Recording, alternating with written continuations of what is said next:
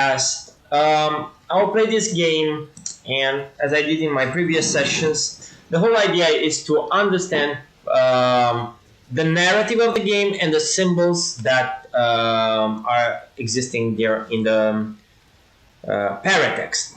So I will just summarize what I said earlier in my previous sessions. What I'm most interested in is the narrative of apocalypse. Apocalypse in the sense of revelation and the end of the world. I wrote a PhD thesis on this subject a few years back. That was between 2010 and 2014. So the main idea, because I played Resident Evil 2 and I played Silent Hill video games, so the whole thing that interested me was how this idea of the end of the world influenced or played the role as an inspiration for these video games or the creators of the video games, right?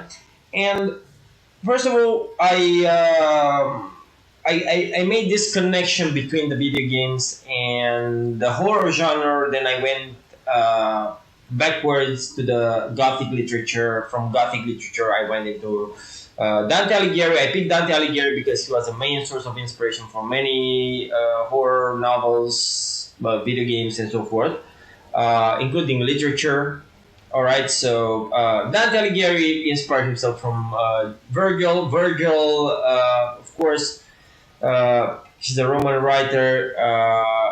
He's a Roman poet. He wrote using all this mythology, and aside Virgil, we also have the narrative of the apocalypse that is present in the Christianity. Okay, so we have the religious background, the end of the world. From Christianity, we can go back to Judaism, and from Judaism, we have the Zoroastrianism.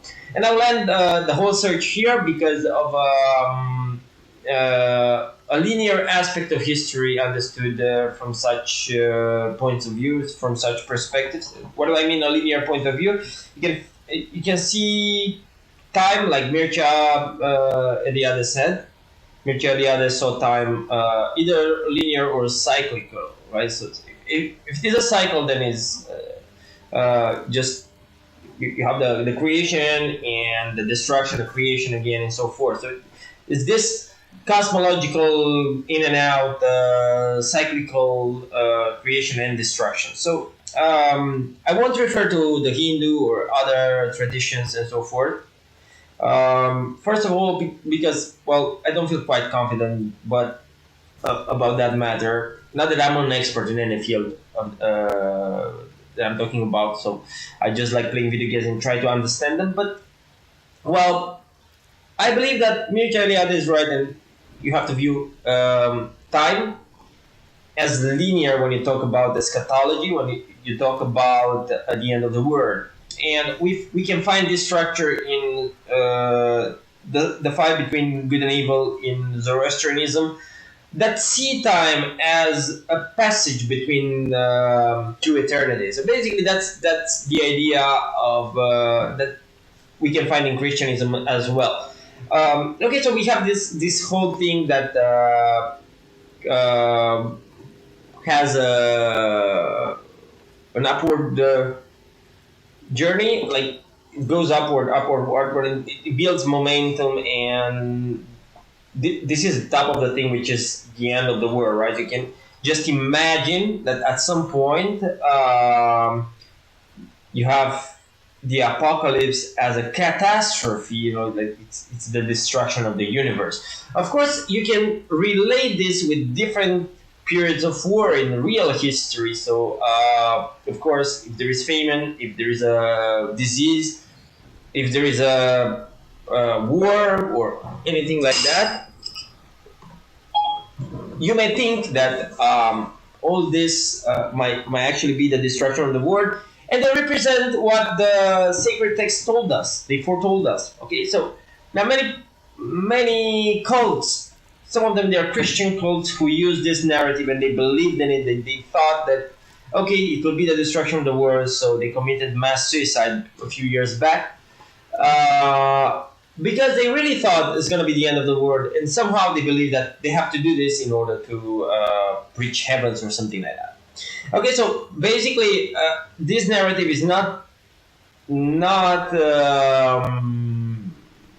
as harmless as it seems in a way, because there are some people who believe in conspiracies. There are some people who believe in all kind of things, and they take them literally. And because they take them literally, they want to make a revolution and change the world. Okay, so they believe in what is called an utopia. Okay, something that they envision to be as a possibility for us humans to create on this planet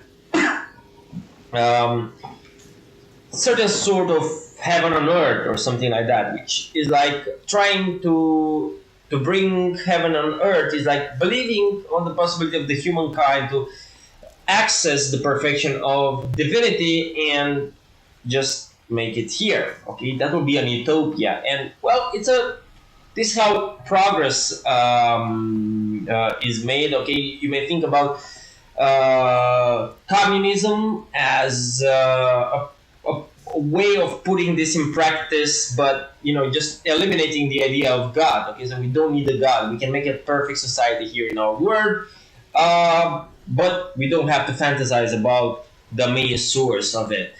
Okay, so aside this, on the opposite side, there's the law of the jungle, which is capitalism at its core, which is just fighting for power. And what we find here in Resident Evil narrative, because this is zombie apocalypse, and in a way, it kind of looks like what we have today with the pandemics, right? Because the COVID-19 pandemics is it is a disease. It shouldn't be associated with the idea of the end of the world, but since all the writers that envisioned the end of the world, they thought of how this will end. It can be an impact of meteorite, or can be a disease or something like that, can be a war. So they imagined this, and they transformed everything into hyperbole. Like they inflated the whole things in such a way that a pandemics would be just very usual to fit into this kind of structure, right? So the pandemics, name it COVID-19 or any other, is very suitable to correspond to such a scenario. So I'm not creating any kind of connections. Why am I trying to emphasize this? Because, well, a very important reason for this is I don't want to associate any kind of political movement or any kind of conspiracy theories that happen in real life with a video game. Okay, so I'm studying this only from the narrative point of view, and I try to understand the symbols that are there, right? And I treat this as fiction. I don't dwell into reality issues. Well, this kind of fiction drives, its sources of inspiration from such conspiracy plot is true, and the most important one is the one, the conspiracy of the Illuminati, the Freemasons and aliens who want to control the world and change it into something else. And somehow, there is something that I want to discuss on this specific episode. May I call it episode? Yeah, I think I can call it episode. Alright, so I want to talk about what Plato viewed as, in two of his dialogues in the Republic, he viewed,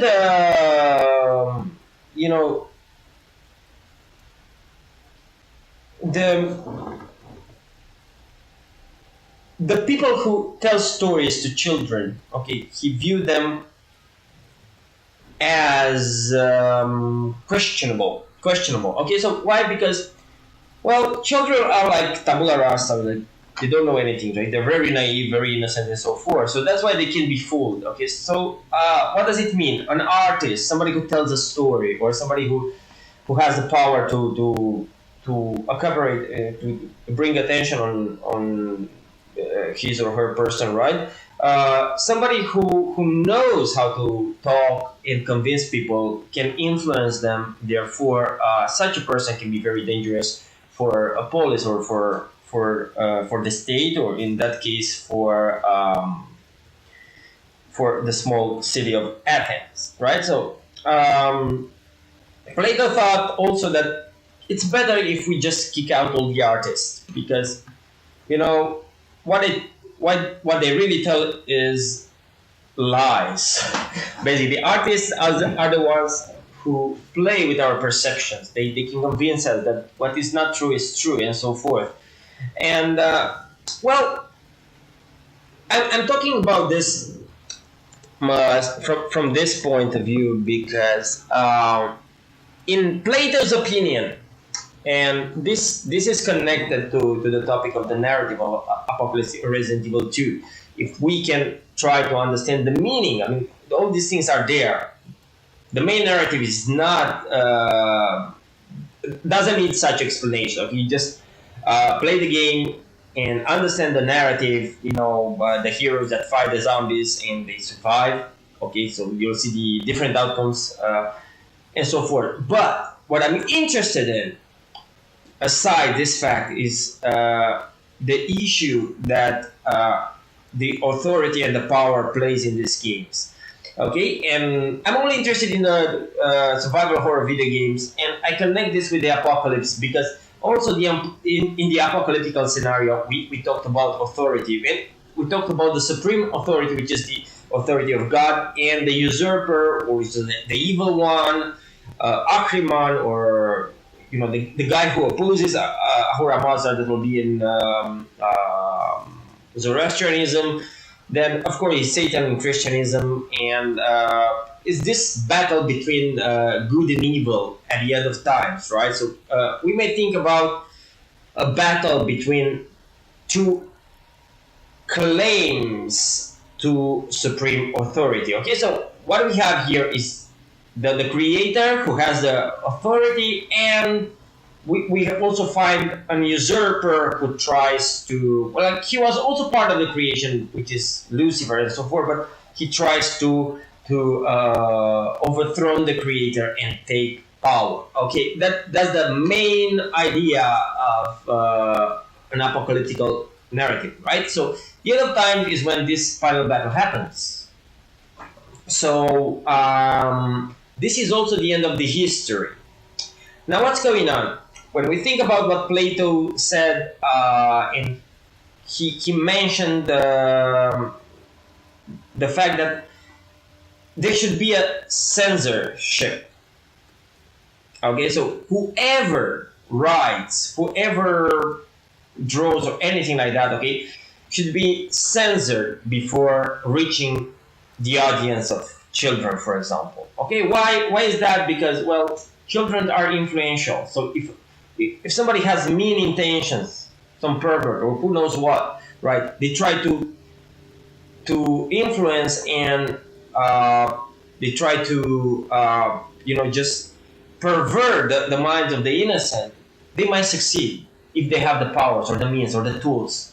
And this is what art is about. Okay, art gives us the tools to actually influence and change somebody's opinion and mind.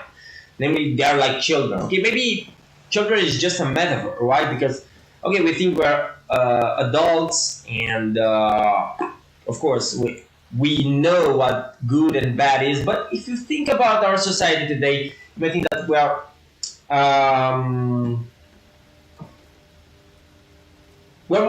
more or less in the position of kids, because we don't know anymore what truth is. So we can be easily influenced by information that is out there from the media, that is streamed, and just be convinced by something that is not totally or 100% logical and so forth. So this is the big question. Okay, so like whoever has the censorship, whoever does and establishes the censorship, basically is in power. So the question is, what happens if the persons who do the censorship they don't have good intentions, because that's Plato. He feared the power of arts, right? That they can actually influence people and they can make them believe in objects that are false. Okay, you look at a painting, it's like, oh, what a beautiful tree, but there is no tree there basically. So it's just paint. But our minds perceives they perceive a tree, right? Why? Because painters, or artists in general, they play with our perception. Okay, they play with our perception, and they fool us by hypnotizing and tricking our perception and make us believe into something that doesn't exist. Now, I believe that this main idea can be also can be followed throughout the games. For example, Resident Evil. And why is that? Well, because it is there in the plots, and the dynamics between the relation between the characters and the zombies, the characters and the Umbrella Corporation. Okay, everything like that is based on the apocalyptical end of the world conspiracy theory scenario. Okay, so we talk about a structure here, and this structure deals with authority. Okay, deals with the fight between authority and those who don't obey it, and the fight between those who want to overthrow authority, and the fight of those who need to pick a side, basically. Okay, so that's that. That being said, okay, I'll just change the position of the camera. Let me see if I'm gonna just stay here. Yeah, I kind of need right up corner free. I don't know why, but I just want that way. Okay, I'm not sure how logical or how well I express myself all the time. But yeah, okay, don't like it there either. I think the bottom is better, bottom left. I started like that, but then I thought, oh well,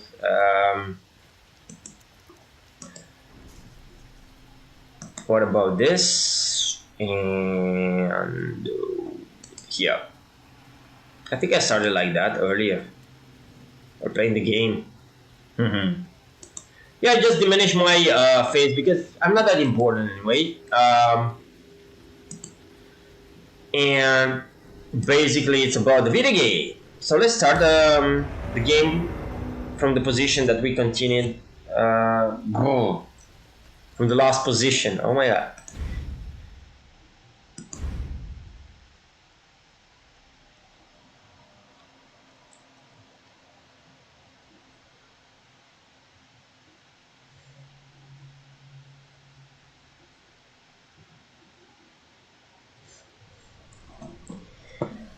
Okay, so we have Claire here. I'm playing with Claire. As I said earlier, the specifics of the video game genre that I'm studying, which is survival horror video game, are little ammunition, huge monsters, disgusting monsters, and so forth. It's something that should actually scare you or stress you. You can experience some types of terror that can lead to sublime feelings or emotions from an aesthetical point of view. And, the game mechanics of the game are in such a way that actually the player would run more and hide than actually fight the monsters. And this actually puts the player in a position of inferiority towards, the strength of the zombies, and also makes us understand why they are called survival horror games, right? Because you need to survive during all this outbreak. Okay, I won't repeat myself in these things that much. It seems like I kind of get bored repeating myself, but yeah, okay, I'm gonna just use, it's just caution. All right, we have 2 guns now, and we'll move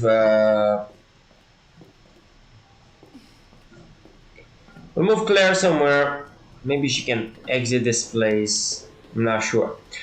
What interests me is the narrative of the apocalypse, the end of the world, and how this is shaped, while also encompasses the individual stories of the people. So the fact that the world ends is not such a, like, it is a big show, big fireworks, right? But everyone experiences this at the individual level. What does it mean? Like, she's Claire, right? So she has to experience something that is dear to her, that is destroyed, put in peril, and so forth. Okay, so it's not just the world that dies, but the world of the characters, right? So they also suffer some change, because if you think about the end of the world, that means the biggest change,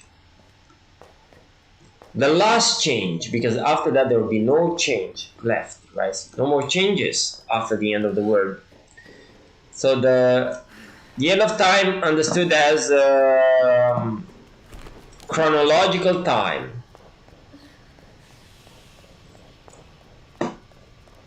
Okay, so she had the fight here earlier, but I think I took everything from this place.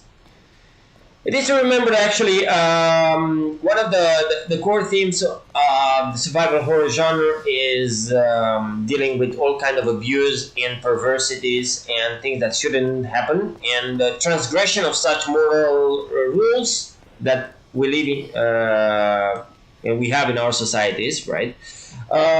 Somehow requests and provoke the rage of gods, and somehow the horrors that happen in the world, the end of the world per se, is because the people are sinners. People do bad things, so God is enraged, and he decides to just flush the whole world, right? And just flush the toilet that is there, and like remove everybody because they don't deserve to be alive. I'm like, look what they do with the creation. So basically, is also in the Bible. I think it is stipulated that if God finds only one person that is not corrupted, He will save the world for that person. But well, if this is the end of the world, that means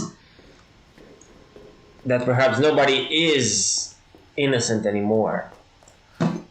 So the end of the world means the absence of innocence, and well, in a way that means the absence of God as a paradox. Like you may think of God as pure, but He's also the holder of supreme knowledge, but should also be pure and just in a way paradoxically innocent, right?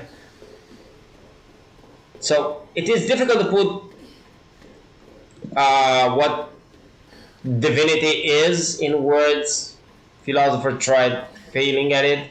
So I won't try to do this. I think it's beyond words. However, thinking about that as supreme authority and supreme reality, and trying to find these things and these traces from religion into these games, we are quite fortunate because people just like to create such stuff. So what worries me actually is the fact that they put here many things that drive us back to what Plato said, which is censorship. Okay, we know that Resident Evil is not a game destined to reach children audiences because, well, it has gore, blood, sexuality, or something that is, is suggesting sexuality. I haven't seen sexuality per se in this game, but I know that there are The Last of Us and other games that they show explicit sexual content involving transgenders and so forth, and such games together with other things that happen in the movie industry and so forth make us realize that actually these things happen. Okay, so there is something there that was transmitted through some kind of art medium, cinema, or in this case, video games, right? That they weren't censored. And there is a huge shift happening right now in the world because we can see that this leftist movement, transgender, and also all the oppressed people that they try to gather and have a voice together in order to change the world, basically. They try to make a revolution. Now, I can see that before they had a voice in the public and they started to move like that and become a movement that had such a potential, well, those kind of ideas were present in video games and also in movies like The Matrix, as I've seen earlier, right? Because apparently the producers of The Matrix, they thought that, okay, they wanted to create The Matrix as an allegory for transgender, right? So you're not what you think you are. Like in The Matrix, a man can be a woman and so forth. Well, I kind of believe that Matrix is more complex than this idea. So I kind of doubt the honesty of the producers when they told that. I'm not saying that they weren't honest, but I don't think it's all about that. I think that thing Matrix is a deeper movie. It cannot be reduced to that thing, even if the producer is the one who tells us that, because I think that's, well, I can pinpoint and take symbols from the Matrix and demonstrate that there are many ways to interpret that. So it's not the only option, right? But indeed, like reality, what seems to be real, and of course, this also means gender identity. All right, so like what seems to be real, my gender, I'm a man, right? So like I can think that I'm a man. This is my identity, right? I identify myself with being a male. Well, in the Matrix, you can change that, right? But you can change that only at the surface because basically there's still duality. When you exit the Matrix and you find yourself as being a male or a female, the only non-gender beings that are in the movie The Matrix are basically the robots because humans have genders. Okay, so that's one thing. Another thing is that I started to observe these things also present here in the survival horror genre. And of course, thinking about Silent Hill also, not just Resident Evil, here in the video games, the idea of abuse, the idea of prosecution, and the abuse of power that the authority has is connected to something that is both evil and sacred. So it's more like a satanic ritual. It is connected to religion, and this, of course, makes sense because, well, the player has an avatar. Okay, Claire, that is the symbol of purity, and she has to fight the evil guys, right? The evil guys, meaning the corporation, also deals with this satanic evil rituals, and that's actually doing magic and hocus pocus and all kinds of things that involve sacrificing children and just mutating the human body and making this gender change, right? You may think of Frankenstein. You may think of those zombies that got infected with the T virus and so forth as another type, because if what the Matrix, the creators of the Matrix said earlier that, what they did actually is like trying to make a metaphor, to create a metaphor for transgender identity. So you shouldn't identify with a human male or a human female body because that's just an illusion. You can go through it. And they did that in real life. I mean, they both made sex change and they became women. They wanted at least. So this idea in the survival horror video game genre, this idea of transgression. Okay, because when you think about transgender, it means transgressing the gender. Go beyond the gender, right? You can choose what you are, right? this idea of transgression is viewed as evil. Okay, this idea of transgression of the morality of the rules and so forth is connected to authority in the sense of a satanic meme and satanic rituals. Let's try to understand what does it mean. It means that the creator of such games, who thought of the whole conspiracy of Illuminati and so forth, they kind of told the story of a group, a secret group that they do children sacrifice and so forth in order to overcome humankind and just occupy it in a very tyrannic way. So it's not the idea of freedom that happens with this transgenderism and in this game. I mean, like, it's not the idea of freedom that happens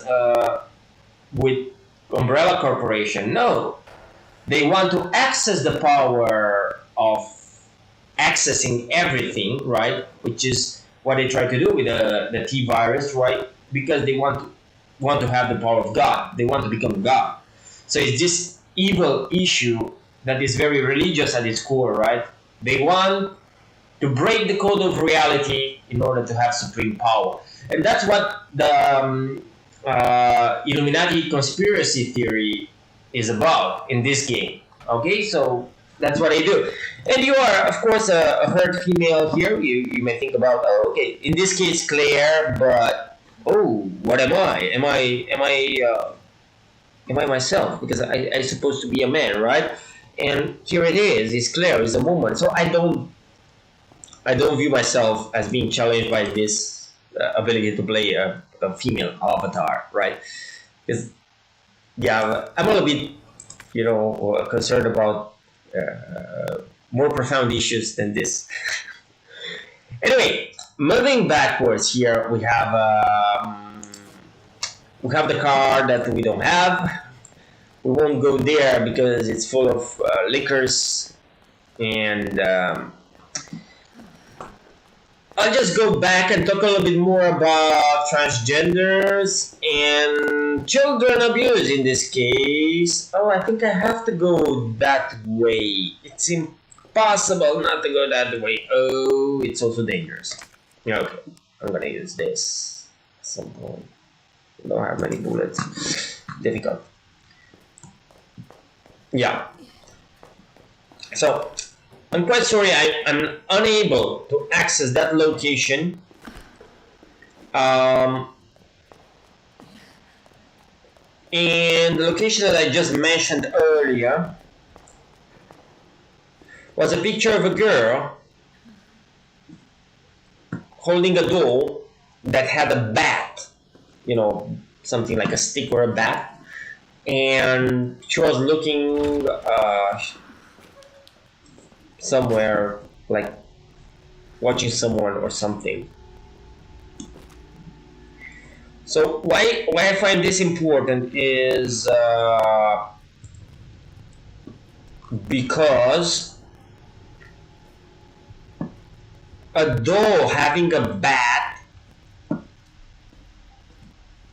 or a stick, something that it's used basically inflict wounds on somebody else. So if you think about that idea and the children playing with that, is because the child has been abused. So I think that's the meaning. Now, why would a child play like that? Is to cope with abuse and just deal with it somehow. So it begins to play with this and try to find a solution for the harm that was inflicted upon herself. So we have the idea of molestation and child abuse, and this is one of the things that makes the very core of survival horror genre. Okay, so the way this influences the psyche is just like a liquor influences the avatar, because they are connected. Okay, so there are the grown-ups, there is the police station, there is the father figure, and Then there is the missing persons narrative. There are the missing children, and the transgression that happens at all levels. Okay, physical levels, you have the zombies. My level, also the zombies, right? Because they are brainless. Okay, they don't think anymore. They don't have an identity. They are just consumers. So there's a parallel with the consumption society, the capitalism society, and so forth. Well, there's a transgression because, well, those people who are supposed to protect the children, they are actually conducting experiments on them. They don't care about humanity, human rights, and so forth. They only want power. Okay, it is not related. Doesn't stop on the issue of money. The power they want is absolute. Is the power of God. Okay, so it becomes religious. So okay, the liquor hurt me, and it will follow the sounds of my steps.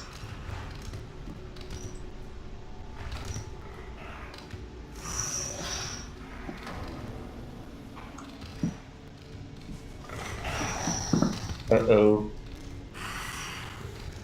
I hope that this guy won't catch me because I really don't want to run. Yes. Beautiful, beautiful approach of actually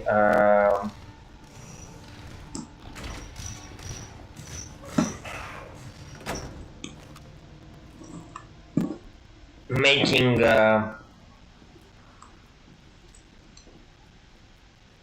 and creating the suspense, the feeling of suspense and the tension that brings terror into the audience. Okay, so don't have that thing here. Need to bring it out somehow. Okay.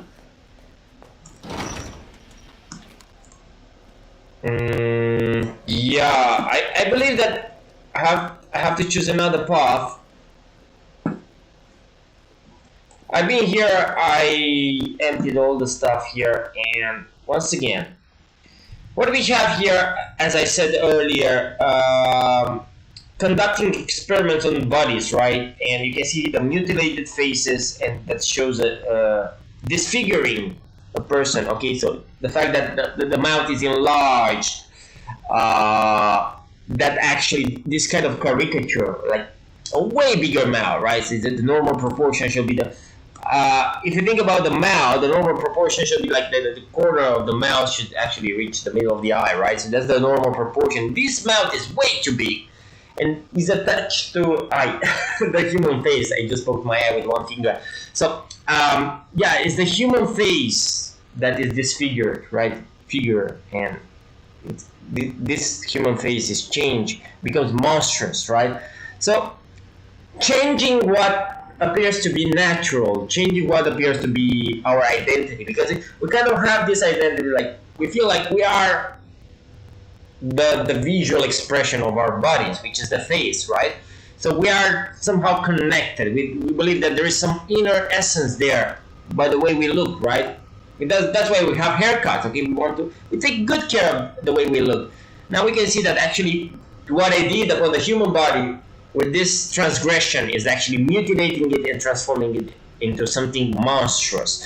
Okay, by what? By actually enlarging, just crossing the limits and, just stretching the proportion of one part against the the sum of all parts. So basically, how to create monsters by enlarging, how to create caricatures by enlarging certain issues or certain aspects in the detriment of all the other things that compose a whole structure, right? So it's something that looks unsustainable, right? It is unsustainable, but they conduct these experiments to see what happens. If they enlarge them out, what will happen with these guys or these people and so forth? So I see this as a metaphor too. Well, you may think that, yeah, Matrix was a metaphor for transgender, transgressing the gender identity. I'm not a male, I'm not a female, right? I can be either this or that. Here, transgression of the body limits, right, looks monstrous. You become something inhuman, but lower than human, more powerful in a way, though. So you can see that the monsters, the lickers, the zombies, they have more physical power than casual individuals, right? So they have more physical power than normal people. But what they don't have is awareness. What they lack is intelligence, intellect, awareness, and consciousness. They don't have identity. So basically, who is the zombie? Nobody, because somehow by destroying the face, so by disfiguring what we identified ourselves with, and by turning these beings into zombies or monsters or lickers and so forth, because at their origin, the monsters things like they were people, but now they're mindless zombies. So what does it mean?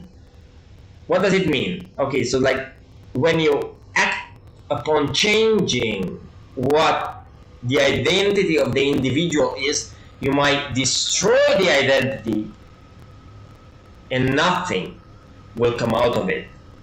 A monster will pop out. Okay, so that doesn't mean, okay, this is a very traditionalist point of view, that change is dangerous. Change is something that should be avoided. Okay, keep things as they are, because the way they are, this is how our identity is created. So basically, we are, by the way, the parts and the length of the parts and their relation to the whole other parts and the whole thing as a structure is interrelated. So we are what we are because things are the way they are. So if you change one of the things that are there, you will create a monster that is unsustainable and will lead to destruction. Because what these monsters have, they destroy all the other parts. By changing one part, by by infecting one person with the coronavirus or the T virus, any kind of virus. Okay, in this narrative is the virus that turns people into zombies. Another people will turn into a zombie and so forth. So basically, it's like a disease. It has a negative and also a little bit paranoid connotation.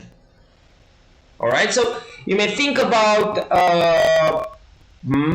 changing, playing with the structure of several parts as being a very dangerous act that will actually catastrophically lead to the destruction of the world.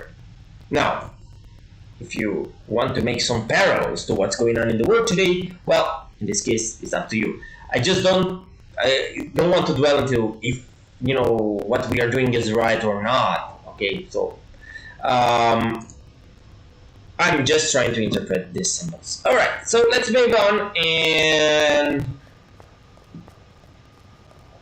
All right.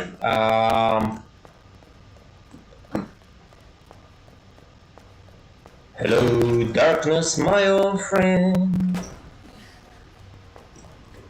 Okay, yeah, we don't have that wheel. Moving on.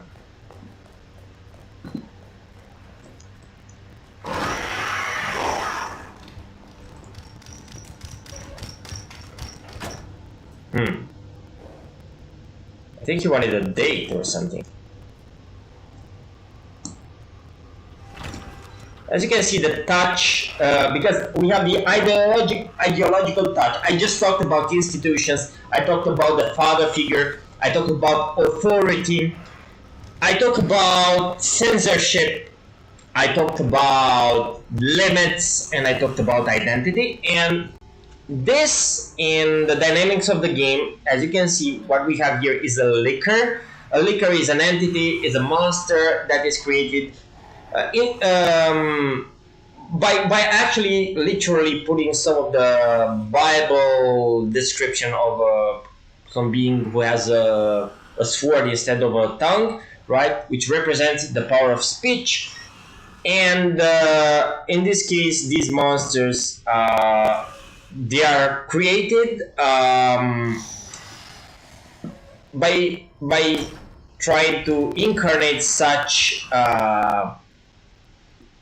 characteristics, because they have a huge tongue. You will see maybe very soon how their tongue actually is very long and it cuts just like a blade. Okay, so they are skinless. Okay, and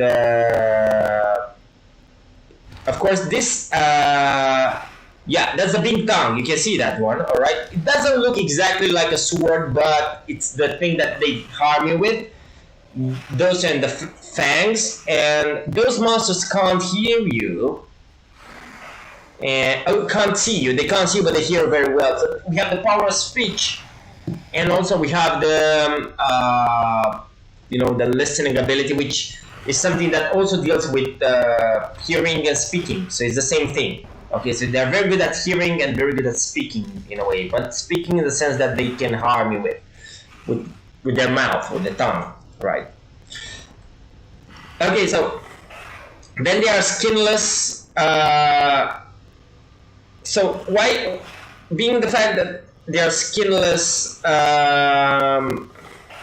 exposes the hidden parts. So they are a symbol of the revelation, right? They reveal what's behind. They reveal what's under the skin. And you may think of the skin as a metaphor for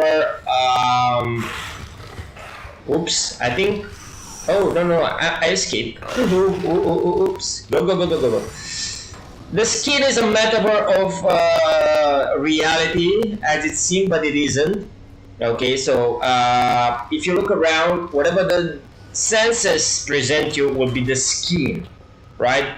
So we are covered by the skin, so basically we are protected. Our core identity, what lies beneath, is protected by the skin, but the skin is also in a way a lie, and it's something that ultimately is unreal. So think about Revelation and Apocalypse. We had these monsters, skinless, so closer to the truth, because their speech, right, the tongue that comes in has power. Okay, the power of speech. Now what's going on here? I believe there is another monster nearby, and it's in this direction. Oh yeah, it's a liquor. Fuck. Thank goodness he can't see me. Bye-bye.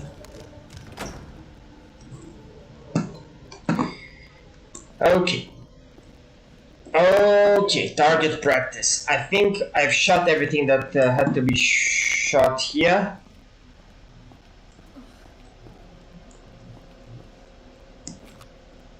Yes. Oh, yes. Hey, what's going on? Yeah. I won't shoot any bullet for nothing. Warning. The machinery is dangerous. Please consult the manual before attempting to operate this machinery. Note about the two lights. These are two lights, one green and one red. If the green light is lit, that means everything is running smoothly.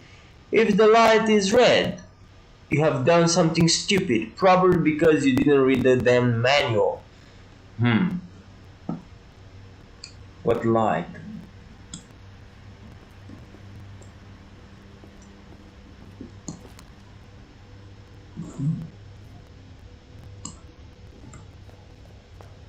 What light?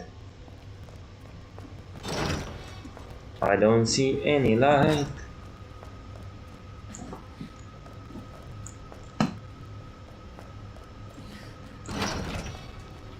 And I wonder,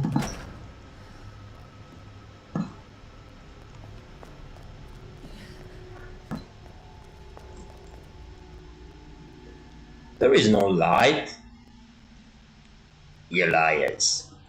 Okay, speaking about liars, going back to what was the skin of the liquors. Yeah, the skin. Hmm.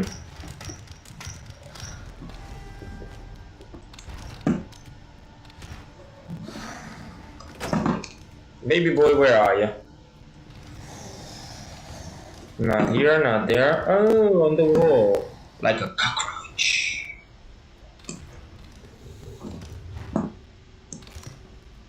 Move, move, move away. I hope this is open. No, it's not. And I'm fucked. No, he moves away. Thank you. That's so nice. That's incredible. Wow, the question is, oh, he comes back.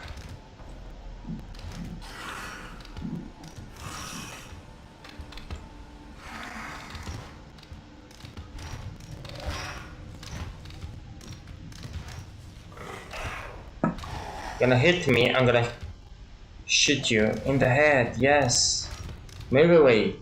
So you see that this guy is skinless, and what is revelation? Removing the skin of the word. And what is the skin of the word? Is the word of lies. The appearance, so to speak. So by moving closer to revelation. Oh. Well, yes, you will glow. Yeah. Goodbye. Well, that's bad, I suppose, but we didn't find anything useful during this search. I'm still trying to figure out what's going on here. So, while analyzing the video game, I also try to understand the meaning of. Okay.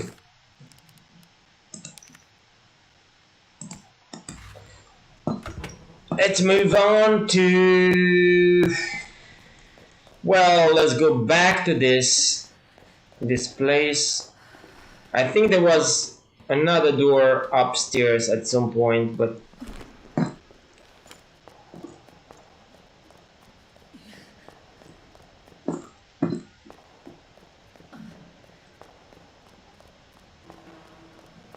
yeah, the door. Because earlier on, I entered the other one.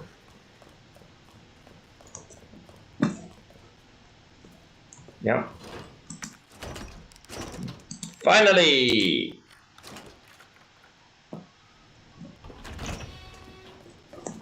Anybody there? Come on. Woohoo! Alright, so that's such a relief.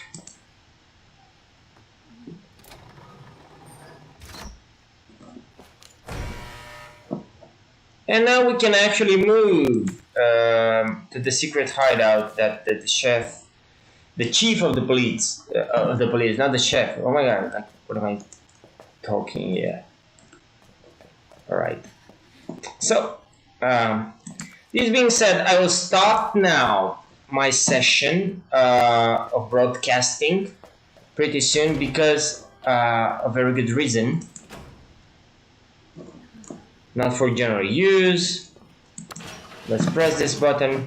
I will soon stop the broadcast because I want actually shorter sessions. What I wanted to point out, I repeat myself over and over again because I'm not good at editing. I will try to learn this stuff. I'm not sure if I'm gonna make it, but anyway, what's the reason for this broadcasting? Because there are many other people playing video games out there. I did my research, and I was maybe one of the few in the world who did such a research about video games back in 2010. I did my research, I went to some conferences, and I wrote a few articles on this topic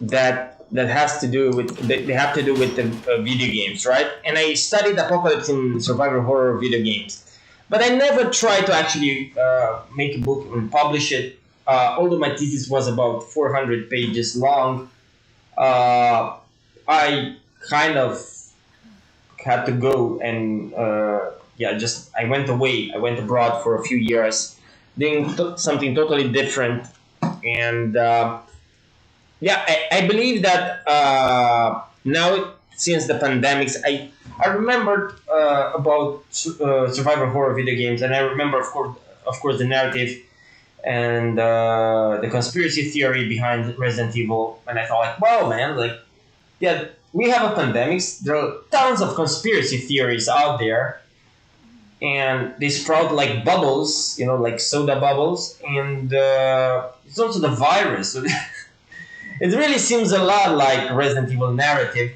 and the zombie apocalypse. All this conspiracy between the pharmaceutical industries, Illuminati, and virus that just this is the way how the superpower imposes itself as a supreme authority towards the world.